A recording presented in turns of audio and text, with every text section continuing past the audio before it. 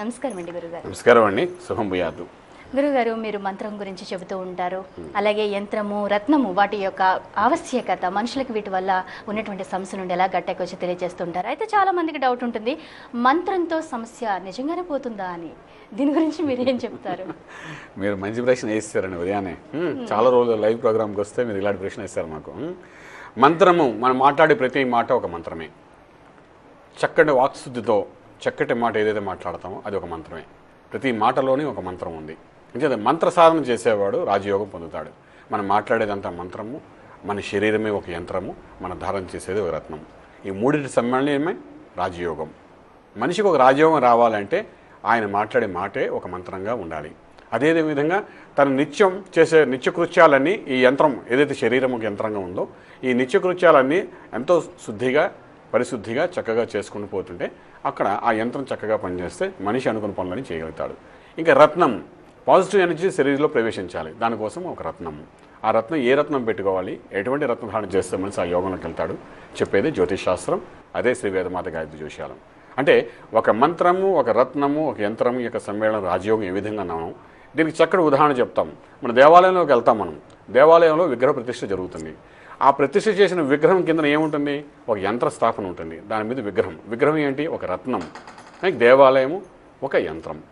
So దేవాలయంలో మనకేం కనబడుతోంది, ఒక మంత్రం కనబడుతోంది, అదే ఒక రత్నం కనబడుతుంది విగ్రహం, అదే ఒక యంత్రం కూడా కనబడుతోంది. సో ఆ మూడింటి సమ్మేళనం ఒక దేవాలయం అంటున్నాడు. అంటే మన శరీరమే ఒక దేవాలయం, దేహమే ఒక దేవాలయం అని చాలామంది చెప్పి ఉన్నారు. అంటే మన శరీరాన్ని దేహాన్ని ఏ విధంగా దేవాలయం అని భావిస్తూ సరైన మాట సాధన చేసుకుంటూ మంత్ర సాధన చేసుకుంటూ సరైన రత్నం ధారణ చేస్తూ యంత్రంలాగా శరీరాన్ని ఏ విధంగా వాడాలి, ఈ మానవ జన్మ ఎత్తిన తర్వాత ఏ కర్మలు చేయాలి అనేది అటువంటి కర్మలే మనం చేసుకుంటూ ముందుకు వెళ్తుంటే ఈ జ్యోతిష్ శాస్త్రంలో మనకు ఒక రాజయోగాన్ని తీసుకెళ్తున్నమాట. అంచేత ప్రతి ఒక్కరికి జీవితంలో ఎన్నో సమస్యలు కనబడుతుంటాయి. ఆ సమస్య పరిష్కారం మార్గం ఏమిటంటే లగ్నాదు పంచమ భావాన్ని దృష్టిలో పెట్టుకుని ఎటువంటి దేవతను కొలవాలి, ఎటువంటి మంత్ర సాధన చేయాలి అని చెప్పేది జ్యోతిష్ శాస్త్రం అన్నమాట. అటువంటి మంత్ర సాధన చేస్తూ శరీరానికి ఎటువంటి కర్మలు చేయాలి, ఈ కర్మభూమిలో ఎటువంటి కర్మ చేసి మోక్ష సాధన చేయాలని చెప్పేదే మన భాగ్యస్థానము, మన లాభస్థానము. సో అవి తెలుసుకుంటూ ముందుకు ఎవరైతే వెళ్తారో ఈ లౌకిక ప్రపంచంలో ఉన్న అన్ని సమస్యలను దాటుకుంటూ మోక్ష సాధన జరిగే అవకాశం ఉంటుందన్నమాట. అటువంటి స్థితులన్నీ చెప్పేదే శ్రీ వేదమాత గాయత్రి జ్యోతిషాలం. కాబట్టి ఏ సమస్య నడిపికి దాని పరిష్కార మార్గానికి మీ పర్సనల్గా అపాయింట్మెంట్ తీసుకుని రావచ్చు. అలా రాగలిగితే మీ సమస్య పరిష్కారం ఉంటుంది చెప్పగలుగుతారు. ఓకే అండి, మొదటి కాలర్తో మాట్లాడదాం. హలో, నమస్తే, మీ పేరు చెప్పండి, ఎక్కడి నుంచి కాల్ చేస్తున్నారు? ఒంగోలు నుంచి అండి. నా పేరు లక్ష్మీదేవి. లక్ష్మీదేవి గారు, మీ టీవీ వాల్యూమ్ తగ్గించుకోండి. లక్ష్మి గారు, ఎవరి కోసం తెలుసుకుందాం అనుకుంటున్నారు? నా గురించి అండి. మీ డేట్ ఆఫ్ బర్త్ చెప్పండి. 17/1994. 17/1994. ఓకే, ఎన్ని గంటలకు పుట్టారు? ఉదయం 8:30 అండి. 8:30 AM. లక్ష్మీదేవి గారు, ఏ జిల్లాలో పుట్టారు? జిల్లా ప్రకాశం జిల్లా బేస్తవారిపేట మండలం. ఓకేనండి, లక్ష్మి గారు, ఏం తెలుసుకుందాం అనుకుంటున్నారు? Marriage life. మీకు మ్యారేజ్ అయ్యిందా? ఎప్పుడైంది? అవ్వలేదండి ఇంకా. ఎప్పుడు మ్యారేజ్ అవ్వలేదు, మ్యారేజ్ లైఫ్ ఎట్లుంటుందో తెలుసుకుందాం అనుకుంటున్నారు. మరి గురుగారితో మాట్లాడండి. అమ్మ, మీది ఇక్కడ రేవతి నక్షత్రం ఏందమ్మా, మీనరాశి అయింది. లగ్నం కూడా చూస్తే ఇక్కడ కర్కాటక లగ్నం, లగ్నంలో శుక్రుడి యొక్క ప్రభావం కనబడుతుంది. వివాహము అంటే ఆడపిల్లలకి కుజదోషం ఉందా లేదా అని చూడడం చాలా అవసరం పడుతుందన్నమాట. కుజదోషం ఉన్న వాళ్ళకి ఏంటంటే వివాహ అనంతరం కూడా కొన్ని సమస్యలు వస్తాయి. కాబట్టి అటువంటి దోషం ఉన్న వ్యక్తుల యొక్క జాతకాన్ని చూసుకుని పరిశీలించుకుని అప్పుడు వివాహం చేయాలని చెప్తాం.